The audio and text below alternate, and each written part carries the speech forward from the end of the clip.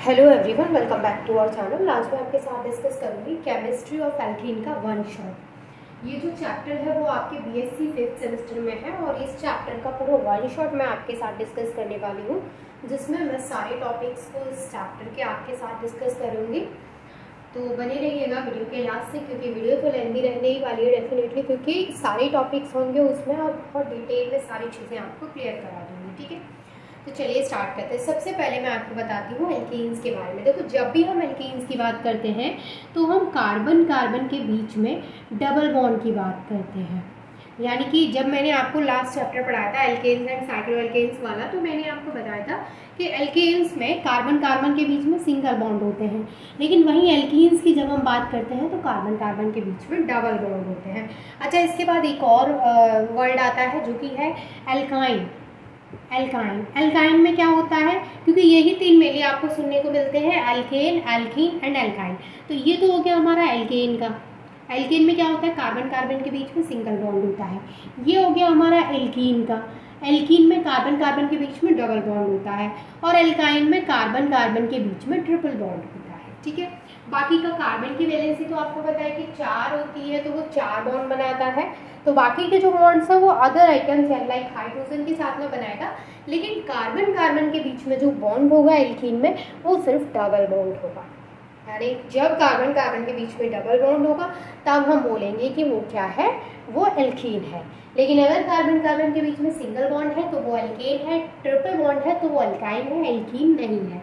अच्छा, एक चीज़, जब भी हम इसकी बात करते हैं कार्बन कार्बन के बीच में सिंगल बॉन्ड वाले कंपाउंड्स की, तो हम इनको बोलते हैं कि ये सैचुरेटेड कंपाउंड है, क्योंकि इनके बीच में क्या है, कार्बन कार्बन के बीच में सिंगल बॉन्ड है। लेकिन जब भी हम एल्कीन की बात करें या फिर एल्काइन की बात करें, तो इन दोनों की बात करते हैं तो ये दोनों जो कंपाउंड होते हैं वो अनसैचुरेटेड कंपाउंड में आते हैं। एल्कीन एंड एल्काइन दोनों ही क्या होते हैं, अनसैचुरेटेड कंपाउंड्स होते हैं, क्योंकि इनमें देखो अनसैचुरेटेड कंपाउंड्स की अगर हम बात कर रहे हैं तो वहाँ पर डबल या फिर ट्रिपल बॉन्ड इन्वॉल्व होंगे। ठीक है, तो यहाँ पर जो इसमें है ट्रिपल बॉन्ड इन्वॉल्व है और एल्कीन में डबल बॉन्ड इन्वॉल्व है, तो डेफिनेटली ये अनसैचुरेटेड कंपाउंड्स में आएगा। लेकिन एल्केन के बीच में कार्बन कार्बन के बीच में सारे सिंगल बॉन्ड्स होते हैं, तो वो सैचुरेटेड कंपाउंड होता है। अब ये मैंने आपको तीनों बेसिक चीज़ें इसलिए बताई हैं ताकि आगे बढ़ने से पहले आपको थोड़ा सा इनके बारे में पता होना चाहिए। अब हमारा जो टॉपिक रहने वाला है वो तो ये रहने वाला है, तो मैं आपको एल्केन और एल्काइन के बारे में सिर्फ इतना ही बताऊंगी। इसके बाद हम इनको सेपरेट चैप्टर में ही पढ़ेंगे डेफिनेटली। और एल्केन को तो मैं आपको पढ़ा भी चुकी हूँ, एल्काइन को हम आगे डिस्कस करेंगे। लेकिन आज का जो हमारा चैप्टर रहने वाला है वो सिर्फ और सिर्फ इन पर बेस्ड रहेगा, यानी कार्बन कार्बन के बीच में डबल बॉन्ड आपको देखने को मिलेगा, तो सिर्फ और सिर्फ एल्केन्स के बारे में बात होगी। तो फटाफट से आप इसका स्क्रीनशॉट ले लीजिए कि तीनों के बीच में क्या डिफरेंस होता है। अब मैं आपके साथ डिस्कस करूँगी methods of preparation of alkenes. तो यहाँ पर एल्कीन्स के प्रिपरेशन की अगर हम बात करते हैं तो बहुत सारे मेथड्स हैं जिसके थ्रू हम एल्कीन्स को प्रिपेयर कर सकते हैं। तो फर्स्ट जो यहाँ पे मेथड है जिसके थ्रू हम एल्कीन्स को प्रिपेयर करेंगे वो है bye dehydration of alcohol. Bye dehydration of alcohol.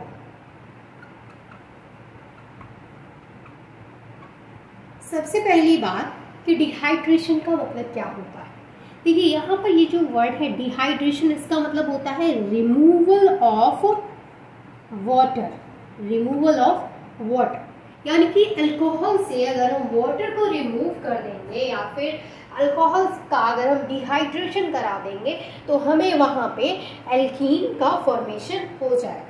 किस तरीके से होगा, देखिए समझिए, कई सारे मेथड्स हैं जिनके थ्रू हम अल्कोहल को एल्कीन में कन्वर्ट कर सकते हैं। कई सारे अलग अलग रिएजेंट हैं, अलग अलग मेथड्स हैं जिनकी हेल्प से हम इनको प्रिपेयर कर सकते हैं।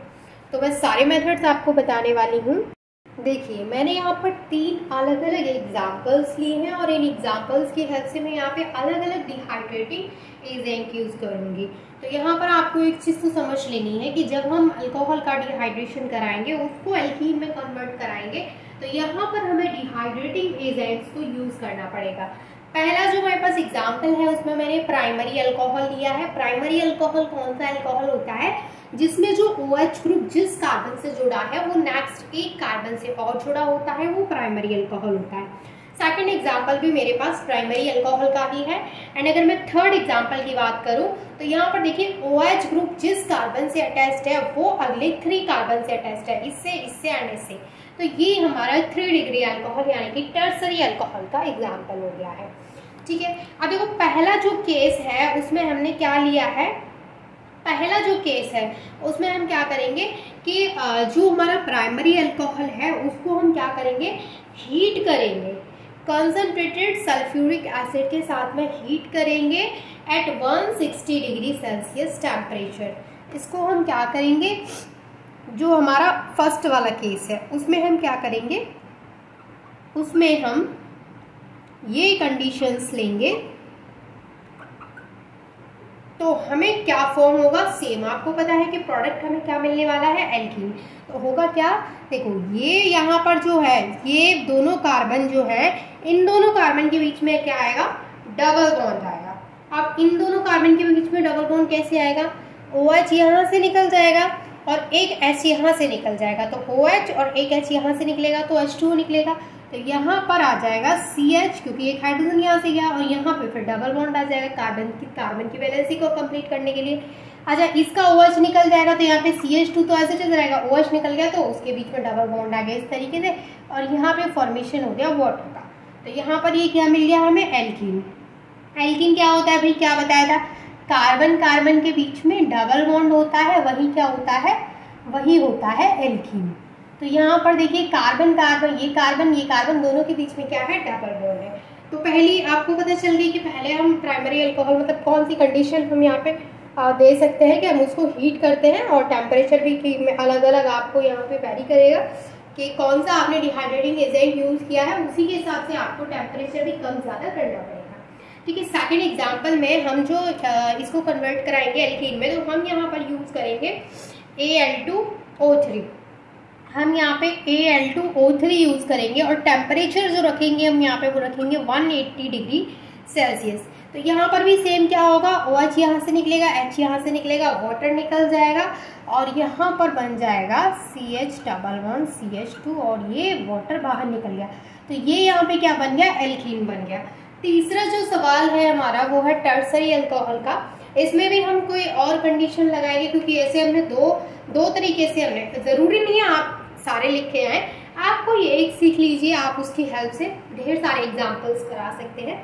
अब मैंने यहाँ पे अलग अलग इसलिए लिया है ताकि आपको अगर ये वाला मिले तो आप समझ जाएं कि ये भी डिहाइड्रेटिंग एजेंट ही है और ये भी यहाँ पे रिमूवल ऑफ वाटर कराएगा और अल्कोहल को एल्कीन में कन्वर्ट कराएगा।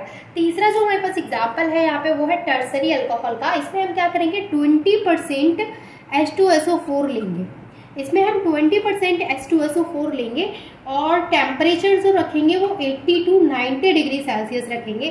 तो यहाँ पे क्या होगा, यहाँ पे हमें जो मेन प्रोडक्ट मिलेगा वो आइसोब्यूटेन होगा। आइसोब्यूटीन होगा, जो मेन प्रोडक्ट होगा वो क्या होगा, आइसोब्यूटीन। तो वो होगा CH3, ये कार्बन एज इट इज, ये वाला CH3 एज इट इज और यहाँ पे हो जाएगा ये डबल बॉन्ड क्योंकि ये OH तो यहाँ से निकल जाएगा और यहाँ पे हो जाएगा CH2। एक हाइड्रोजन यहाँ से निकल गया और एक OH यहाँ से निकल गया तो इन दोनों के बीच में क्या आ गया, डबल बॉन्ड आ गया। तो ये हमें एज अ मेन प्रोडक्ट यहाँ पे मिल जाएगा। अच्छा, एक और चीज़ आप नोट कर लीजिए कि यहाँ पर जो एज ऑफ डिहाइड्रेशन होगा अल्कोहल्स का वो कौन से ऑर्डर को फॉलो करेगा। तो जो एज ऑफ डिहाइड्रेशन है, मैं एक सेकेंड इसको यहाँ से, चले मैं यहाँ पे लिख देती हूँ कि जो एज ऑफ डिहाइड्रेशन है, एज ऑफ डिहाइड्रेशन है वो कौन से ऑर्डर को फॉलो करेगा। तो सबसे पहले नंबर पे आएगा टर्सरी, फिर आएगा सेकेंडरी, फिर आएगा प्राइमरी। और ये किसका बात हो रही है, यहाँ पे अल्कोहल की बात हो रही है। Age of dehydration of alcohol भी लिख लीजिए क्योंकि हम अल्कोहल का डिहाइड्रेशन करा रहे हैं, तो उसमें जो एज ऑफ डिहाइड्रेशन है वो इस ऑर्डर को फॉलो करेगा, tertiary then secondary and primary. तो ये था first method of preparation of alkene. आप इसका स्क्रीनशॉट लीजिए, देन मैं आगे के मेथड डिस्कस करती हूँ। सेकेंड जो हमारा मेथड है एल्कीन को प्रिपेयर करने का वो है by dehydrohalogenation of alkyl halide. सबसे पहले समझ लो डिहाइड्रो हेलोजिनेशन का मतलब होता है यहाँ पे देखो डी का मतलब होता है निकलना, रिमूवल की बात हो रही है। हाइड्रो मतलब हाइड्रोजन की बात हो रही है। हेलोजन, हेलोजिनेशन, इसका मतलब हेलोजन। तो हाइड्रोजन एंड हेलोजन, इनका क्या होगा, डिहाइड्रेशन होगा। सॉरी, इनका डिहाइड्रो मतलब हाइड्रोजन एंड हेलोजन का क्या होगा, रिमूवल होगा। ठीक है, इसलिए हम इस रिएक्शन को बोलते हैं डिहाइड्रो हेलोजिनेशन रिएक्शन। अब रिमूवल होगा किस में से, डिहाइड्रो हेलोजिनेशन तो होगा, लेकिन किस में से, तो वो होगा एल्काइल हैलाइड का। एल्काइल हैलाइड क्या होता है, जब भी कोई एल्काइल ग्रुप रिएक्ट करता है हेलोजन के साथ में तो वो एल्काइल हैलाइड बनाता है ना। अल्काइल ग्रुप जब हेलोजन के साथ में जुड़ जाता है तो वो होता है अल्काइल हैलाइड। अब अल्काइल हैलाइड में से क्या होगा, डिहाइड्रो हेलोजिनेशन होगा।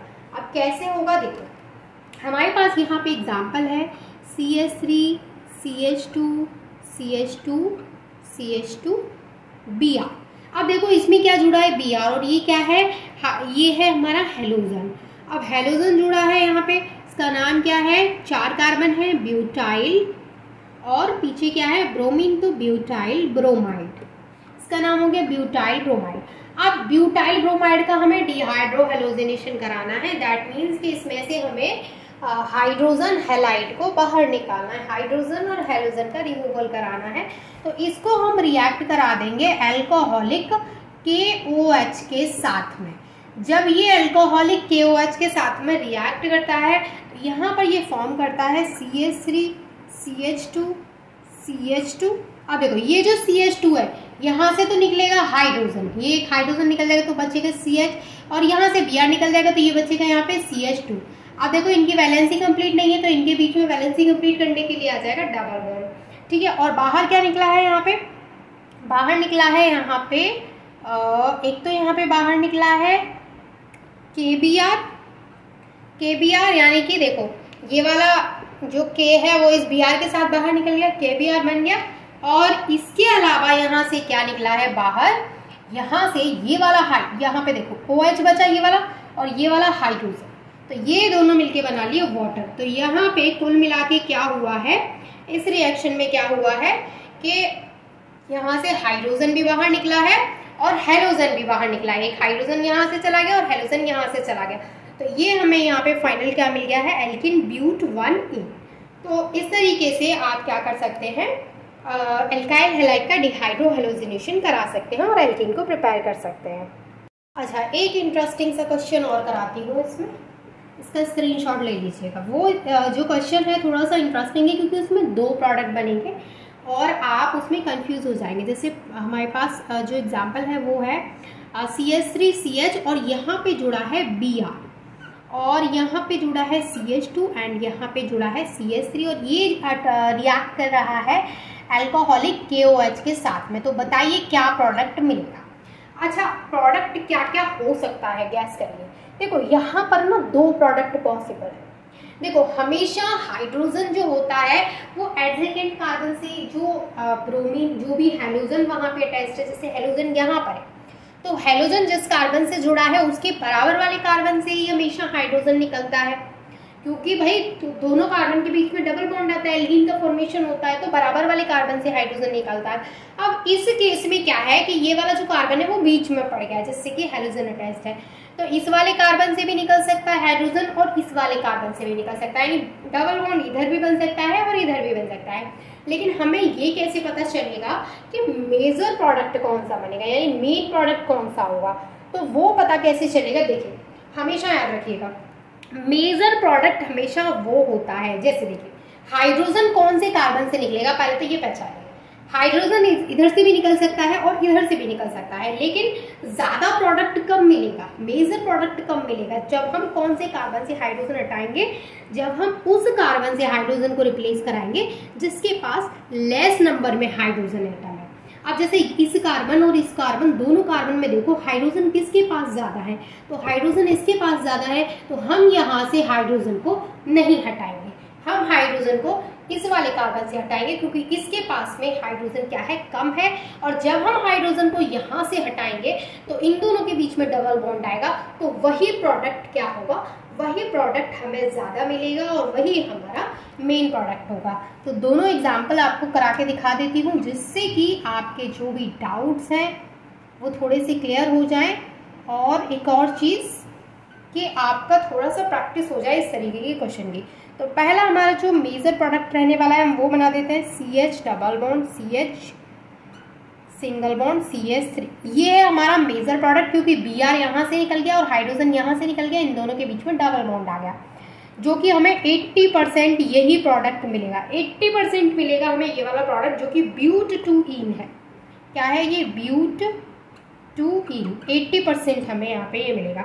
अगर मैं हाइड्रोजन यहाँ से निकाल देती हूँ यहाँ से, तो ये हो जाएगा CH2 डबल बॉन्ड CH, ये हो जाएगा CH2 और ये CH3 एज इट इज। तो यहाँ पर इस केस में क्या हो जाता है, क्योंकि मैंने आपको ऑलरेडी बता दिया कि यहाँ पे हाइड्रोजन जो है वो ज़्यादा है इसकी कंपैरिजन में, तो ये जो प्रोडक्ट है ब्यूट-1-ईन वाला, ब्यूट-1-ईन, ये हमें सिर्फ 20% मिलेगा। तो 80% हमें जो प्रोडक्ट मिल रहा है वही हमारा मेजर प्रोडक्ट है। तो आप फटाफट से इसका स्क्रीनशॉट ले लीजिए। तीसरा जो हमारे पास मेथड है वो है डीहैलोजिनेशन। डीहैलोजिनेशन में क्या होगा भाई? डीहैलोजिनेशन कह लीजिए या फिर कह लीजिए मतलब डीहैलोजिनेशन ही कहेंगे डेफिनेटली, क्योंकि हैलोजन बाहर निकलेंगे। ठीक है, यहाँ पे क्या होगा? डीहैलोजिनेशन होगा डाइहैलाइड्स का, एल्केन डाइहैलाइड्स का डीहैलोजिनेशन होगा। डीहैलोजिनेशन मतलब होता है हैलोजन का बाहर निकलना, रिमूवल ऑफ हैलोजन। तो यहाँ पर हम डाइहैलाइड लेंगे, यानी जिसके पास 2 हैलोजन एटम्स होंगे वो लेंगे। ठीक है, तो हमने यहाँ पर ले लिया क्या? हमने ले लिया यहाँ पे CH2 और इधर जुड़ा है Br और सेम इधर भी जुड़ा है Br। तो ये है हमारे पास यहाँ पे डाइहैलाइड, इथाइलिन ब्रोमाइड, ये है हमारे पास डाइहैलाइड।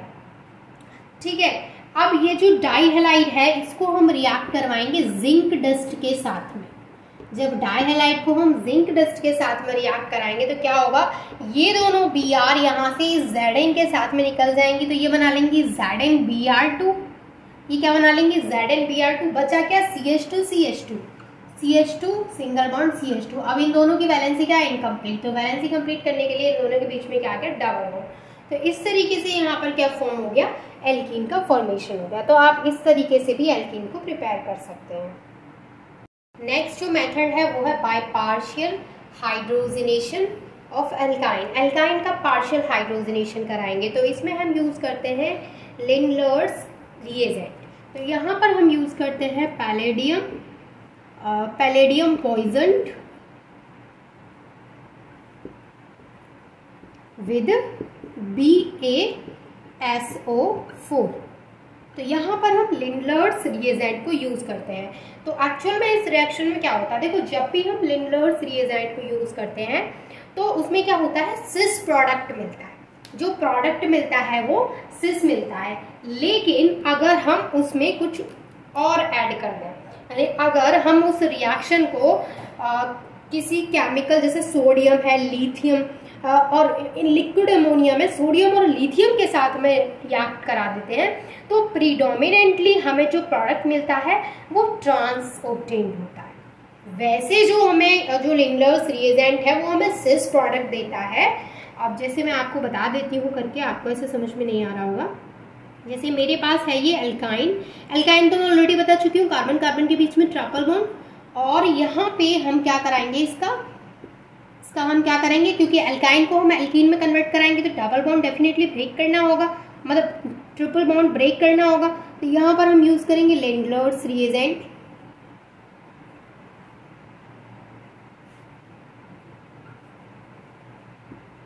ठीक है, जब हम यहाँ पे लिंडलर्स रिएजेंट को यूज़ करेंगे तो यहाँ पर जो प्रोडक्ट हमें मिलेगा, देखो सबसे पहले तो यहाँ पे एल्कीन मिलेगा तो कार्बन कार्बन के बीच में डबल बॉन्ड आ जाएगा।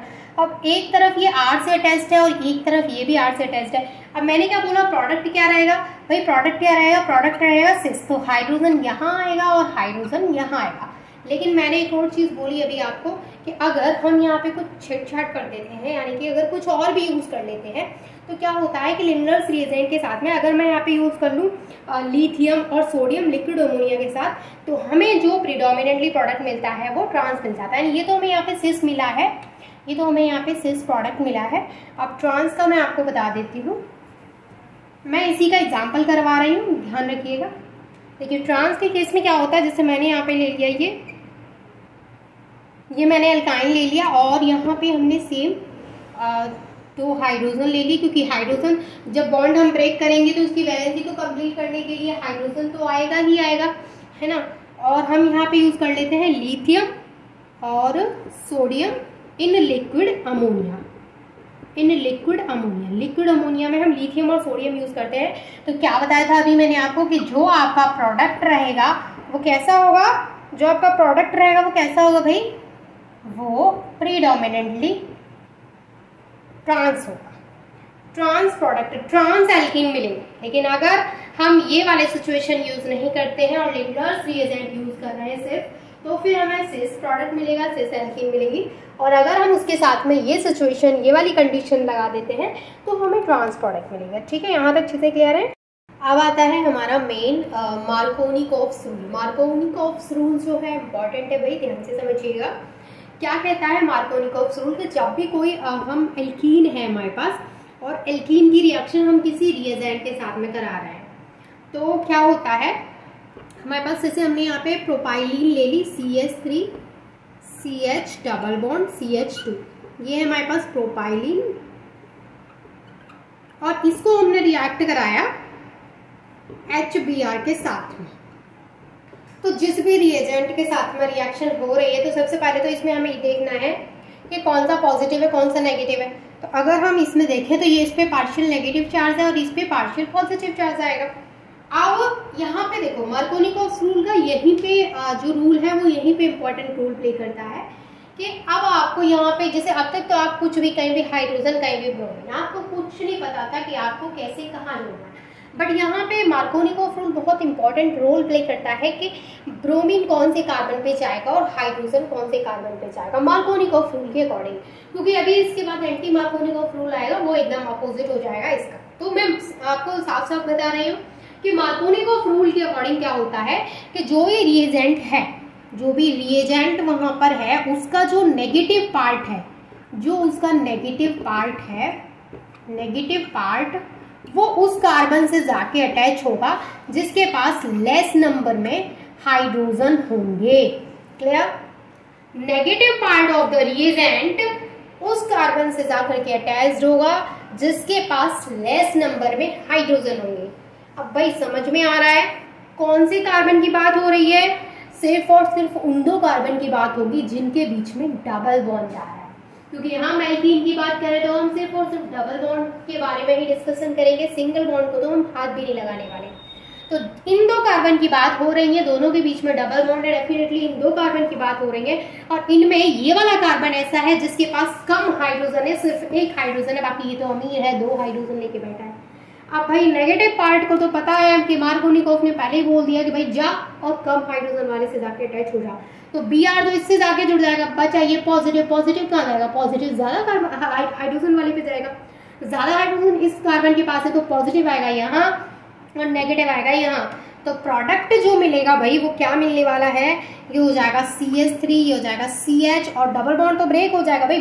बॉन्ड तो ब्रेक होगा, बॉन्ड ब्रेक होगा तभी तो ये जुड़ पाएंगे, क्योंकि अभी इनकी वैलेंसी कंप्लीट है। तो भाई कार्बन 5 बॉन्ड तो बनाएगा नहीं, बॉन्ड ब्रेक होगा, एल्कीन के बीच का डबल बॉन्ड ब्रेक होगा और नेगेटिव पार्ट कम कार्बन वाले, कम हाइड्रोजन वाले के पास आ जाएगा यानी यहाँ, और जो पॉजिटिव पार्ट है वो इसके पास आएगा। तो दो हाइड्रोजन पहले से थे, एक और हाइड्रोजन आ गया, ये बन गया यहाँ पे आइसोप्रोपाइल ब्रोमाइड। समझ में आ गया?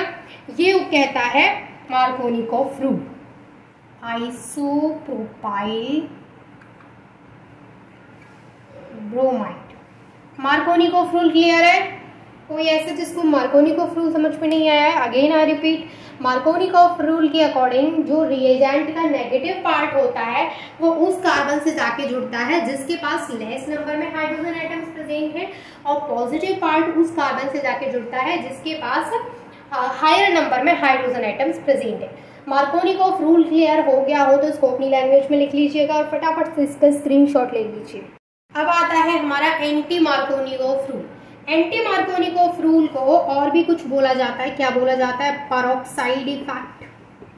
Peroxide effect. Anti Markovnikov rule को आप पेरोक्साइड इफेक्ट के नाम से भी जानते हैं, आप इसको खराश इफेक्ट के नाम से भी जानते हैं, खराश इफेक्ट। तो एंटी मार्कोनिकोव रूल को आप 3 नाम से जानते हैं, गलती से एंटोनी निकल गया, anti Markovnikov rule, peroxide effect और खराश इफेक्ट। ठीक है, अब ये क्या होता है, ये जस्ट अपोजिट होता है मार्कोनिकोव रूल का।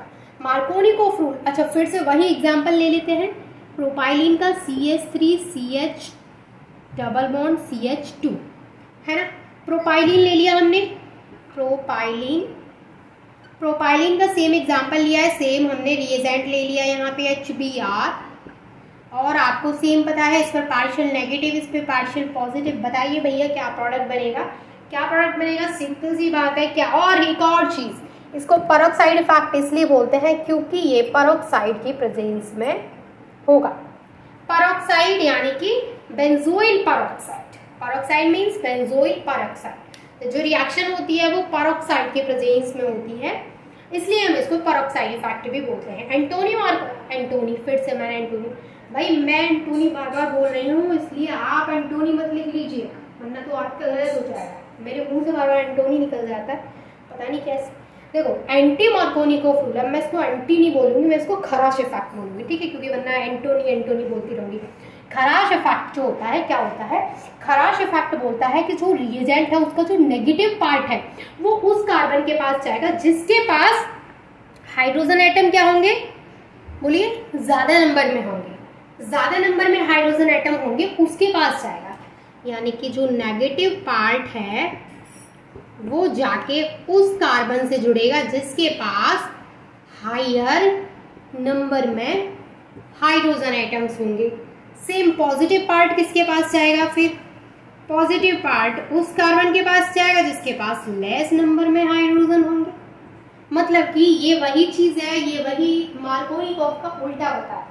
मार्कोनिकोव बोलता है कि जो नेगेटिव पार्ट है वो उस कार्बन के पास जाएगा जिसके पास लेस नंबर में हाइड्रोजन होंगे, और पॉजिटिव पार्ट उस कार्बन के पास जाएगा जिसके पास हायर नंबर में हाइड्रोजन होंगे। बट जो खराश इफेक्ट है, खराश इफेक्ट क्या बोलता है कि जो नेगेटिव पार्ट है उसको उस कार्बन के पास भेज दो जिसके पास क्या है, हाइड्रोजन जो है वो ज्यादा नंबर में है, हायर हाइड्रोजन है। तो ये पेरोक्साइड की प्रेजेंस में भी हो रहा है। तो यहाँ पर ये बनता है CH3 CH2, देखो हाइड्रोजन तो आ गया यहाँ क्योंकि कम नंबर में हाइड्रोजन है, पॉजिटिव पार्ट यहाँ आके जुड़ गया, ठीक है, यहाँ बीच में आ गया सिंगल बॉन्ड, और ये हो गया CH2, और क्योंकि यहाँ पे 2 हाइड्रोजन है यहाँ पे 1 है, तो 2 हाइड्रोजन ज्यादा है, तो ज्यादा वाले के पास आ गया नेगेटिव पार्ट, तो ये हो गया हमारा एन प्रोपाइल ब्रोमाइड। ये हो गया यहाँ पे फॉर्मेशन एन प्रोपाइल ब्रोमाइड। इसी के साथ मैंने आपके कौन कौन से टॉपिक्स कवर करा दिए हैं अब तक, Markovnikov rule, anti Markovnikov rule, methods of preparation करा दिए, ठीक है, एल्कीन, एल्केन और एल्काइन का थोड़ा सा बेसिक इंट्रो भी कवर करा दिया है। अब मैं आपके साथ डिस्कस करूंगी physical properties of alkenes. Alkenes की जो जनरल फिजिकल प्रॉपर्टीज हैं उनको मैं आपके साथ डिस्कस करूंगी। तो देखिए सबसे पहले वो एल्केन्स जिनमें कि 2 से 4 कार्बन एटम्स तक प्रेजेंट होते हैं, हम बात कर रहे हैं 2 to 4 कार्बन एटम्स वाली एल्केन्स की। तो ये जो एल्कीन्स होती है भाई, ये होती हैं कलरलेस गैसेस, यानी इनका क्या होता है, कोई कलर नहीं होता है, ये कलरलेस होती हैं एंड गैसेस, कलरलेस गैसेस होती है, ठीक है। अगर हम बात करें 5 to 15 कार्बन एटम्स वाली एल्कीन्स की, यानी कि अब हम यहाँ पर जैसे 2 to 4 कार्बन एटम्स वाली एल्कीन्स तो कलरलेस गैसेस होती हैं, लेकिन वहीं पर अगर हम 5 to 15 कार्बन एटम्स वाली एल्कीन्स की अगर बात करें तो ये जो एल्कीन्स होती हैं ये कलरलेस होती हैं, बट ये लिक्विड होती हैं, ये भी कलरलेस होती हैं बट ये क्या होती हैं, लिक्विड होती हैं, ठीक है। याद रखिएगा फिजिकल प्रॉपर्टीज में 2 to 4 कार्बन एटम्स की कलरलेस गैसेस हैं, 5 to 15 कार्बन एटम्स वाली एल्कीन्स जो है वो कलरलेस लिक्विड है, एंड इसके अलावा जो हायर वंस होती हैं वो कलरलेस सॉलिड्स होती हैं, या इसके अलावा जो हायर वंस हैं, हायर वंस वो क्या है, वो कलरलेस सॉलिड्स होती हैं, कलरलेस सॉलिड्स होती हैं, ठीक है। अब देखिए एक्सेप्ट इथाइलिन, हम यहाँ पर इथाइलिन को छोड़कर बाकी सभी एल्कीन्स की बात कर रहे हैं, तो सभी क्या होती हैं, अडरलेस होती हैं, कि उनकी कोई भी खुशबू नहीं होती है, ठीक है। एक्सेप्ट इथाइलिन, इथाइलिन को हम छोड़ के बात कर रहे हैं यहाँ पे, एक्सेप्ट इथाइलिन ऑल आर अडरलेस, सभी क्या होती हैं भाई, अडरलेस होती हैं, कोई इनकी किसी भी तरीके की खुशबू नहीं होती है इथाइलिन को छोड़ करके, ठीक है। और क्या होती हैं, ये इमिसिबल होती हैं एंड वाटर से लाइटर होती हैं। ये क्या होती हैं, दे आर इमिसिबल, ये इमिसिबल तो होती ही हैं, इसके साथ ही साथ क्या होती हैं, ये वाटर से लाइटर होती हैं।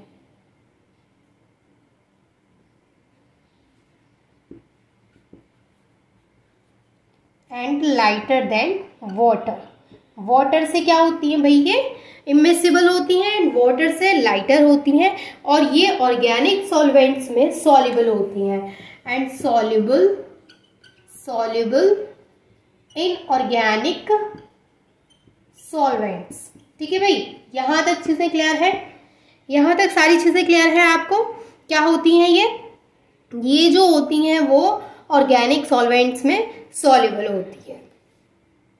यहाँ पर ये कुछ इसकी इंपॉर्टेंट फिजिकल प्रॉपर्टीज की बात हो गई। अब मैं आपके साथ डिस्कस करती हूँ इसकी केमिकल प्रॉपर्टीज। आप फटाफट से इसका स्क्रीनशॉट ले लीजिए।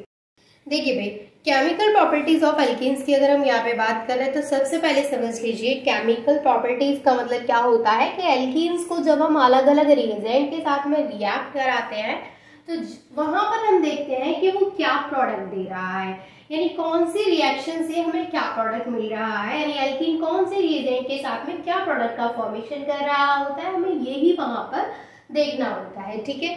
तो अब यहाँ पर मैं एल्कीन्स को लूंगी, उसको हाइड्रोजन के साथ में रिएक्ट कराएंगे, हेलोजन के साथ में रिएक्ट कराएंगे, ठीक है। अलग अलग जो एलिमेंट्स हैं रिएजेंट है उनके साथ में रिएक्ट कराएंगे एंड देन वहां पे चेक करेंगे कि एल्कीन से क्या प्रोडक्ट मिल रहा है।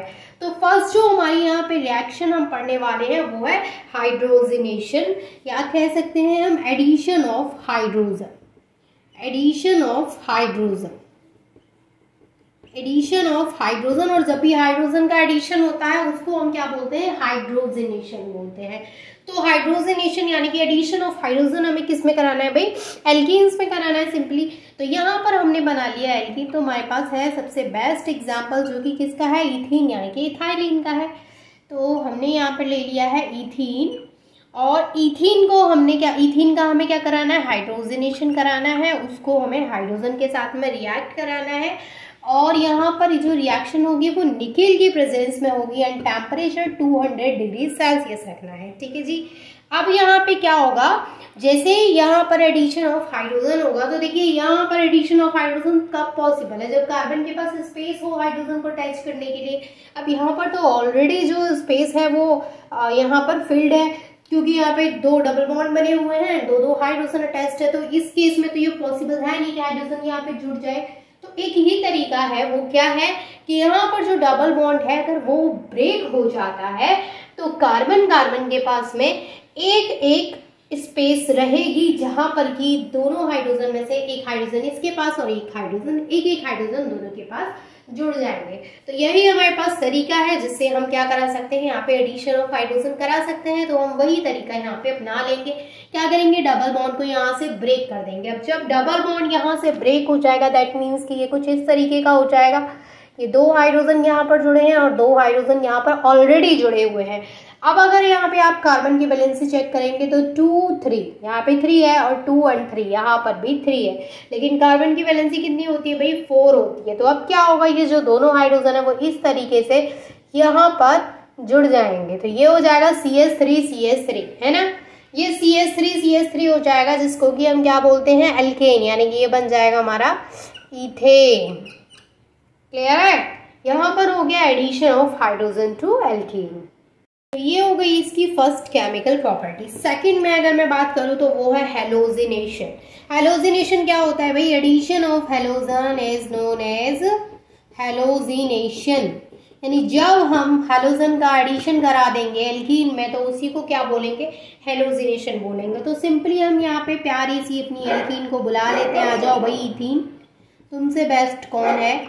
देखो भाई एल्कीन बनने के लिए minimum number of carbon atoms की कितने की रिक्वायरमेंट है, 2, क्योंकि 2 से कम कार्बन में तो एल्कीन बनने का कोई सवाल ही पैदा नहीं होता। क्योंकि एल्कीन क्या है, कार्बन कार्बन के बीच में जो डबल बॉन्ड होता है वही तो एल्कीन को शो करवाता है। क्योंकि अगर कार्बन कार्बन के बीच में सिंगल बॉन्ड हो जाएगा भाई तो वो क्या है, एल्कीन है। और मिनिमम 2 कार्बन आइटम्स तो हमें चाहिए ही चाहिए एल्कीन बनाने के लिए। तो हमारी प्यारी सी सबसे छोटा मेंबर है एल्कीन फैमिली का, हम उसको बार बार बुला लेते हैं। ठीक है, अब ये आ गए हमारे पास यहाँ पे इथीन। अब हम क्या कराएंगे, इथीन में क्या कराएंगे भाई, halogenation. Halogenation means addition of halogen. तो हम यहाँ पे बुला लेते हैं हेलोजन। और कौन सा हेलोजन बुलाएं, जरा बताइए हमें कौन सा हेलोजन बुलाना है। चलिए भाई क्लोरीन बुला ले, चलिए ठीक है क्लोरीन बुला लीजिए या फिर ब्रोमीन बुला लीजिए। हमने यहाँ पे क्लोरीन बुला लिया है। ठीक है, अब क्या होगा भाई, देखो अब देखो क्लोरीन यहाँ पे क्या है, साफ साफ मेंशन है एडिशन ऑफ हेलोजन, यानी हेलोजन का एडिशन होगा। जैसे हाइड्रोजन का एडिशन हुआ है यहाँ ऊपर वाले में, वैसे ही यहाँ पे एडिशन ऑफ हेलोजन होगा। भाई पिछली बार मतलब पिछली साल नहीं, अभी जस्ट 1 मिनट पहले ही आपको बताया है कि एडिशन अगर करवाना है तो इसके पास स्पेस तो होनी चाहिए ना भाई। एडिशन कब पॉसिबल है, जब उसके पास स्पेस हो। लेकिन जब उसके पास स्पेस नहीं होगी तो एडिशन भी पॉसिबल नहीं होगा। तो सबसे पहले हमें यहाँ पर स्पेस बनानी पड़ेगी, तभी तो हम यहाँ पे एडिशन करा पाएंगे, राइट। तो हमें यहाँ पे क्या कराना पड़ेगा, यहाँ पर ये जो डबल बॉन्ड है उसको ब्रेक कराना पड़ेगा। जब यहाँ पर ये डबल बॉन्ड ब्रेक होगा तभी तो क्लोरीन यहाँ पे आके अटैच हो पाएगा। तो यहाँ पर हम कर देते हैं डबल बॉन्ड को ब्रेक। तो ये CH2 एज इट इज आ गया, ये CH2 एज इट इज आ गया, और बीच में जो डबल बॉन्ड था उसकी जगह पे सिंगल बॉन्ड आ गया। यानी अब एक एक स्पेस यहाँ पे खाली है ये वाली, तो यहाँ पर हमारा जुड़ गया है क्लोरीन। तो ये बन गया हमारा प्रोडक्ट। इसको हम क्या बोलेंगे भाई, देखिए ये क्या है हमारा, इथाइलिन है यानी कि इथीन है। तो ये क्या बनेगा हमारा, ये बनेगा हमारा इथाइलिन ब्रोमाइड। इथाइलिन से क्या बनेगा, ये इथाइलिन ब्रोमाइड, इथाइलिन ब्रोमाइड। ठीक है, ये दोनों केमिकल प्रॉपर्टी आपको क्लियर हुई, ये डिस्कस कर लेते हैं। अब है भाई हमारी जो तीसरी रिएक्शन है वो है hydroboration oxidation. Hydroboration oxidation, hydroboration oxidation में क्या होता है भाई कि एल्कीन जो है उसको हम ट्रीट कराएंगे डाइबोरेन के साथ में। यानी जो एल्कीन है उसको हम डाइबोरेन के साथ में रिएक्ट कराएंगे। तो यहाँ पर जो प्रोडक्ट मिलता है वो क्या मिलेगा, वो अल्काइल बोरेन्स मिलेगा। क्या होगा भाई, सबसे पहले अपनी प्यारी सी एल्कीन को बुला लीजिए। ये है हमारे पास CH2 डबल बॉन्ड CH2, ये हो गई हमारे पास इथीन, और उसको हम रिएक्ट कराएंगे BH3 का होल ट्वाइस के साथ में, डाइबोरेन के साथ में। तो हमने ले लिया यहाँ पे हाफ BH3 का ट्वाइस। तो यहाँ पर क्या होता है एक्चुअल में कि जब ये इसके साथ में, क्योंकि ये जब इससे भाई जुड़ेगा, यानी ये जब इसके साथ में जुड़ेगा तो इसके पास में स्पेस तो होनी चाहिए इसको जोड़ने के लिए। तो सबसे पहला काम क्या है भाई कि एल्कीन का जो डबल बॉन्ड है वो ब्रेक हो जाएगा। अब जब एल्कीन का डबल बॉन्ड ब्रेक हो जाएगा तो मैं इसको ऐसे लिख दूं, किसी को कोई दिक्कत नहीं। अब 2 हाइड्रोजन इससे यहाँ पर जुड़े हुए हैं, 2 हाइड्रोजन मैं ऐसे बना दूं, 2 इससे जुड़े हुए हैं, CH2 ही तो है भाई, राइटिंग पे मत जाओ, मेन कॉन्सेप्ट समझिए। ठीक है, तो यहाँ पर ये क्या बना दिया हमने, CH2 बना दिया। अब आपको पता है कि कार्बन ये वाली स्पेस जो है वो भी खाली है। तो यहाँ पर हम क्या जोड़ देंगे, यहाँ पर हम जोड़ेंगे HBH2, यानी एक जगह पे हम जोड़ेंगे हाइड्रोजन और दूसरी जगह पे हम जोड़ेंगे यहाँ पे BH2। तो यहाँ पे एक्चुअल में क्या होता है कि जैसे हमने यहाँ पे जोड़ दिया, यहाँ से हाइड्रोजन निकाला और यहाँ जोड़ दिया, और यहाँ पर हमने BH2 जोड़ दिया। ठीक है, तो ये बन गया हमारा यहाँ पे अल्काइल बोरेन। क्या बन गया यहाँ पे, ये अल्काइल बोरेन, ये बन गया यहाँ पे अल्काइल बोरेन जब हमने एल्कीन को डाइबोरेन के साथ में रिएक्ट कराया। अब जो नेक्स्ट है हमारी वो है एपॉक्सीडेशन और एडिशन ऑफ ऑक्सीजन। देखिए एडिशन ऑफ ऑक्सीजन जब हम एल्कीन्स में कराते हैं तो क्या होता है, एपॉक्साइड्स बनते हैं। एपॉक्साइड्स आई थिंक आपने सुन रखा होगा पहले नाम, तो हम आज डिस्कस कर लेंगे कि कैसे उसका फॉर्मेशन होता है। ये है एपॉक्साइड्स, एपॉक्सीडेशन। ये जो प्रोसेस है उसको बोलते हैं एपॉक्सीडेशन, जिसमें क्या होगा, एडिशन ऑफ ऑक्सीजन होगा, या फिर आप इसको ऐसे लिख लीजिए, एडिशन ऑफ ऑक्सीजन। ऑक्सीजन का एडिशन कराते हैं तो एपॉक्साइड बनते हैं और उसी प्रोसेस को एपॉक्सीडेशन बोलते हैं। तो यहाँ पर बुला लीजिए अपनी प्यारी सी एल्कीन को, जो कि हमने बुला ली है। आ जाओ भाई इथीन। इथीन यहाँ पे आ चुकी है और उससे हम अटैच करवानी है half of oxygen. Half oxygen यानी हमने हाफ O2 ले लिया है, और यहाँ पर हाफ O2 जब हमने ले लिया है तो ये जो रिएक्शन होगी वो एक कैटलिस्ट की प्रेजेंस में होगी, जो कि क्या है, सिल्वर कैटलिस्ट है, जो कि क्या है भाई, सिल्वर कैटलिस्ट है। तो सिल्वर कैटलिस्ट की प्रेजेंस में जब ये रिएक्शन होती है तो एक्चुअल में क्या होगा कि यहाँ पे मैंने हाफ O2 लिखा है, इसका मतलब है कि एक ऑक्सीजन यहाँ पे यूज होगा। तो यहाँ पे क्या है, डबल बॉन्ड ब्रेक हो जाएगा और ये दोनों कार्बन जो है इस तरीके से एक ऑक्सीजन आइटम को लेके बैठ जाएंगे। बोलेंगे एक लड्डू आया, लेट सपोज कि दो भाई हैं ये और एक लड्डू आया है, कहीं ऐसी पड़ोस में से एक लड्डू आया, दो भाई है। अब भाई दोनों भाई छोटे छोटे हैं, मतलब बराबर के, का ये भी कार्बन है ये भी कार्बन है, दोनों बराबर के हैं, तो डेफिनेटली दोनों का ही मन करेगा कि लड्डू हम दोनों हैं।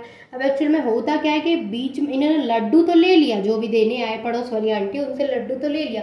अब लड्डू ले लिया, दोनों में आपस में झगड़ा हो रहा है, तो दोनों इस तरीके से पकड़ के बैठे हैं। कैसे पकड़ के बैठे हैं अपने लड्डू को, ये है CH2 और ये है CH2। इसने अपने लड्डू को पकड़ लिया, इसने, दोनों भाइयों ने अपने अपने लड्डू को पकड़ लिया, दोनों छोड़ ही नहीं रहे हैं। तो जब इन्होंने अपने लड्डू को पकड़ लिया तो वो वाली स्टेज जहाँ दोनों ने लड्डू को पकड़ रखा है, उस स्टेज को बोलते हैं हम कि वहां पर बन गया वो एपॉक्साइड। ये क्या बन गया है भाई, ये बन गया यहाँ पे एपॉक्साइड। यानी कि ये जो एपॉक्साइड यहाँ पर बना है वो क्या, ये जो प्रोसेस है वो क्या है, एपॉक्सीडेशन बोला जाता है, जिस प्रोसेस में एपॉक्साइड बनते हैं। तो ये हमारी प्यारी सी एल्कीन थी जिसने कि एपॉक्साइड का फॉर्मेशन कर लिया है। तो ये आई थिंक आपको समझ में आ गई होगी। एक और चीज़ लिख लीजिए, ये जो रिएक्शन है वो सिल्वर कैटलिस्ट की प्रेजेंस में तो होती ही है, और ये 200 से 400 डिग्री सेल्सियस टेम्परेचर पर होती है। ठीक है, यहाँ तक चीज़ें क्लियर है, तो हम आगे की रिएक्शन समझते हैं। ठीक है भाई, नेक्स्ट है हाइड्रेशन ऑफ एल्कीन। हाइड्रेशन क्या है, हाइड्रेशन क्या है, एडिशन ऑफ वाटर। अब देखो, अभी मैंने आपको इसकी फिजिकल प्रॉपर्टीज में एक चीज क्लियर कराई थी कि जो एल्कीन्स होती है वो वाटर में डिसॉल्व नहीं होती है। तो यहाँ पर जो रिएक्शन होती है वो किसी एसिड की प्रेजेंस में होती है, या फिर एसिड के प्लेस पर हम वहाँ पे BF3 को भी यूज कर सकते हैं एज अ कैटलिस्ट। ठीक है, तो ये रिएक्शन पॉसिबल है। इस रिएक्शन में क्या होता है कि अपनी प्यारी सी छोटी सी एल्कीन को हम बुला के लाते हैं कि एल्कीन चलो भाई पानी पी लो। एल्कीन आएगी, बोलेगी नहीं मैं पानी नहीं पीती, मैं ऑर्गेनिक सॉल्वेंट्स पीती हूँ बट पानी नहीं पीती हूँ। तो जब ये पानी पीती ही नहीं है तो फिर हमें इसको पानी पिलाने के लिए कोई ना कोई इसको लालच देना पड़ेगा। लालच हम इसको क्या दे रहे हैं, हम इसको बोल रहे हैं कि हम तुम्हें एसिड देंगे तो तुम पानी पी सकती हो। ये बोलेगी ठीक है चलो, एसिड के लालच में आके बोलती है ठीक है भाई पानी पी लेंगे। पानी, अच्छा फिर सिर्फ एसिड, अगर बाई आपके पास एसिड नहीं है फिर आप इसको क्या लालच देंगे, फिर आप इसको BF3 कैटलिस्ट भी दे सकते हैं, तो उस केस में भी ये पानी पी लेगी। पानी पी लेगी नहीं मतलब ये रिएक्शन हो जाएगी। तो यहाँ पर क्या होता है भाई, बॉन्ड ब्रेक होगा और यहाँ पे क्या होगा, अल्कोहल का फॉर्मेशन होगा। तो हमने यहाँ पे ले लिया है एसिड और यहाँ पे हो गया हमारा ये CH3CH2OH, ये बन गया यहाँ पे भाई अल्कोहल, जिसको कि बोलते हैं हम इथेनॉल। अच्छा, एक और रिएक्शन करके बता दें आपको BF3 वाली, तो हम यहाँ पे अब दूसरी एल्कीन लेते हैं इस बार, क्योंकि आप भी कहेंगे कि भाई क्या बार बार उसी प्यारी सी एल्कीन को बुला लेती हूँ, बार बार प्यारी वाली को परेशान कर रही हूँ, दूसरी लेके आओ। ठीक है भाई, दूसरी ले आए। ये हो गया यहाँ पे H2O। तो अब हमने क्या करना है, इसको पानी पिलाना है और BF3 कैटलिस्ट की प्रेजेंस में, BF3 कैटलिस्ट की प्रेजेंस में। तो क्या होगा भाई, यहाँ पे ये हो जाएगा CH3 और यहाँ पे जुड़ गया हमारा ये OH। तो ये हमारा यहाँ पे बन गया है आइसोप्रोपाइल अल्कोहल। ठीक है, समझ में आ गया आपको। और यहाँ पर ये जो एडिशन हुआ है, क्योंकि वाटर में से एक H और एक OH बनता है, तो OH का एडिशन इस वाले कार्बन पे हुआ है और H का एडिशन इस वाले कार्बन पे हुआ है, तो मुझे कमेंट करके ज़रूर बताइएगा कि ये कौन सा एडिशन है, मार्कोनिकोफ रूल के अकॉर्डिंग हुआ है या फिर एंटी मार्कोनिकोफ रूल के अकॉर्डिंग हुआ है, क्योंकि अभी मुझे ज़्यादा देर नहीं हुई है आपको बताए हुए, इसलिए मैं आपसे ही पूछूंगी, मैं नहीं बताऊंगी, ठीक है। अब जो हमारा नेक्स्ट टॉपिक है वो है free radical addition in alkenes. देखो हमें एल्कीन्स में क्या कराना है, फ्री रेडिकल एडिशन कराना है। अब यहाँ पर फ्री रेडिकल एडिशन जो कराना है, हम यहाँ पर HBr का एडिशन कराएंगे एल्कीन में, HBr का एडिशन, ठीक है। अब देखो एक चीज समझ लीजिए कि जो HBr का एडिशन हम यहाँ पे एल्कीन में कराएंगे ना, वो ना दो तरीके से पॉसिबल है। एक तो कि अगर हम सिर्फ HBr को एल्कीन से मतलब एल्कीन के साथ रिएक्ट करा दें विदाउट मतलब किसी भी रिएजेंट की प्रेजेंस, कोई भी रिएजेंट हम वहाँ पे यूज नहीं करेंगे, सिर्फ हम क्या करेंगे HBr को रिएक्ट करा देंगे एल्कीन के साथ में, ठीक है।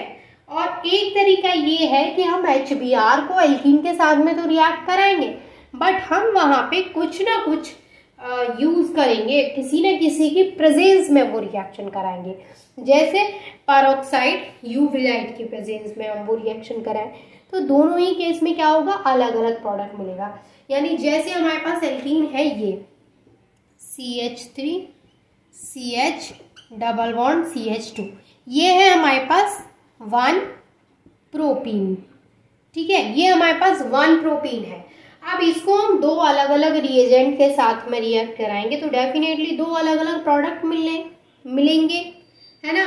तो अब कौन सा प्रोडक्ट कौन से, मार्कोनिकोफ रूल के अकॉर्डिंग क्या मिलेगा, एंटी मार्कोनिकोफ रूल के अकॉर्डिंग क्या मिलेगा, आप फटाफट से अपनी नोटबुक पे करिए, क्योंकि आपको पता है कि मार्कोनिकोफ रूल के अकॉर्डिंग यहाँ पे क्या प्रोडक्ट मिलेगा और एंटी मार्कोनिकोफ रूल के अकॉर्डिंग क्या मिलेगा।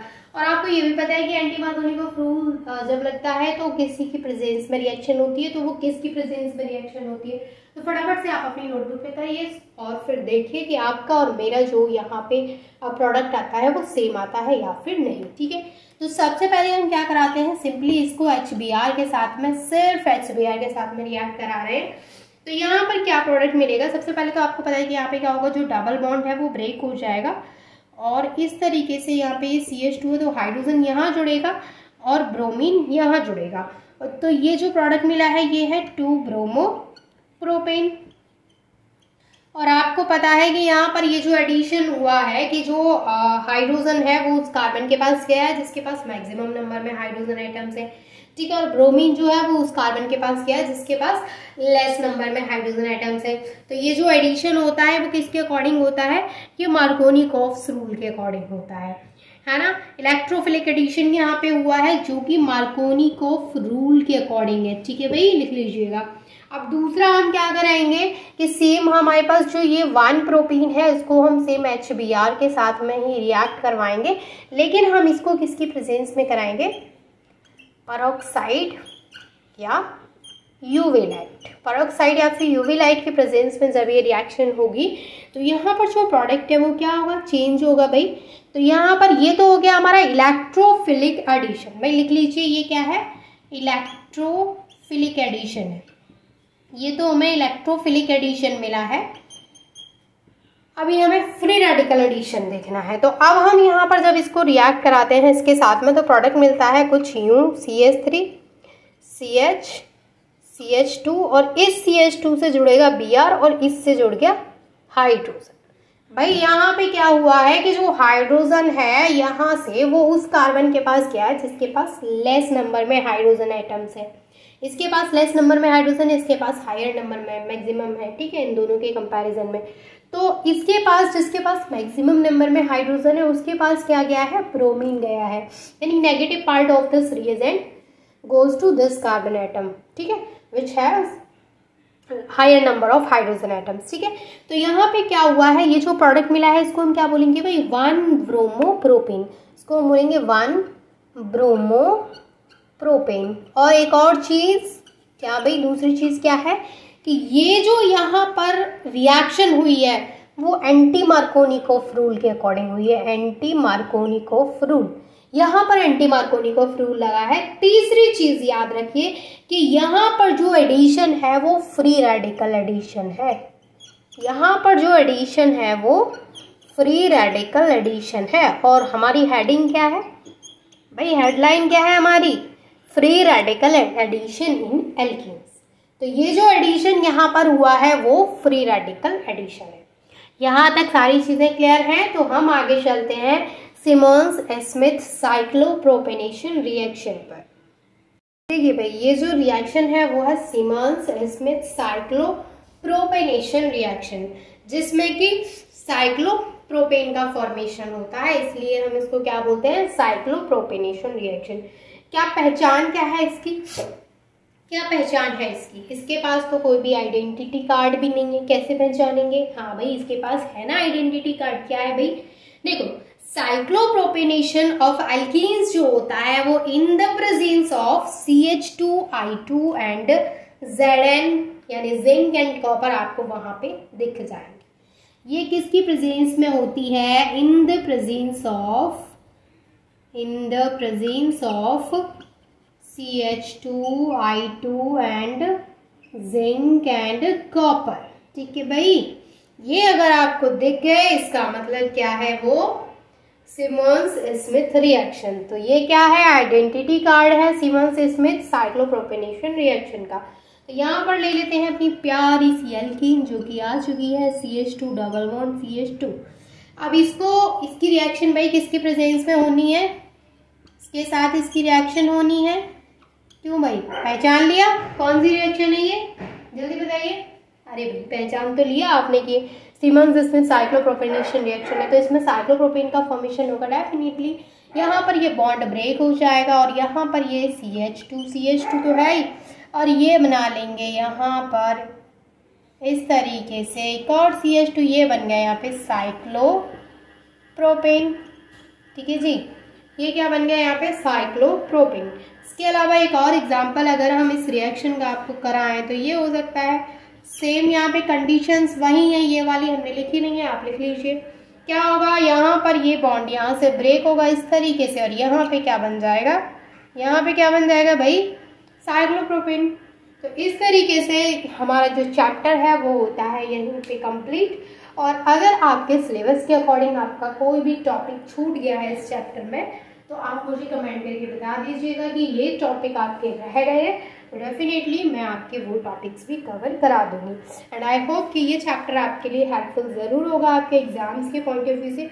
और हाँ, शायद एक टॉपिक आपका रह गया होगा जो कि है ओजोनाइजेशन। अगर आपके सिलेबस में है तो मुझे बताइएगा, मैं इसको भी कंप्लीट करा दूंगी आपका। ठीक है, तो अगर यहाँ तक आपका कोई भी डाउट है तो आप मुझसे पूछ सकते हैं कमेंट करके। And thank you so much for watching this video.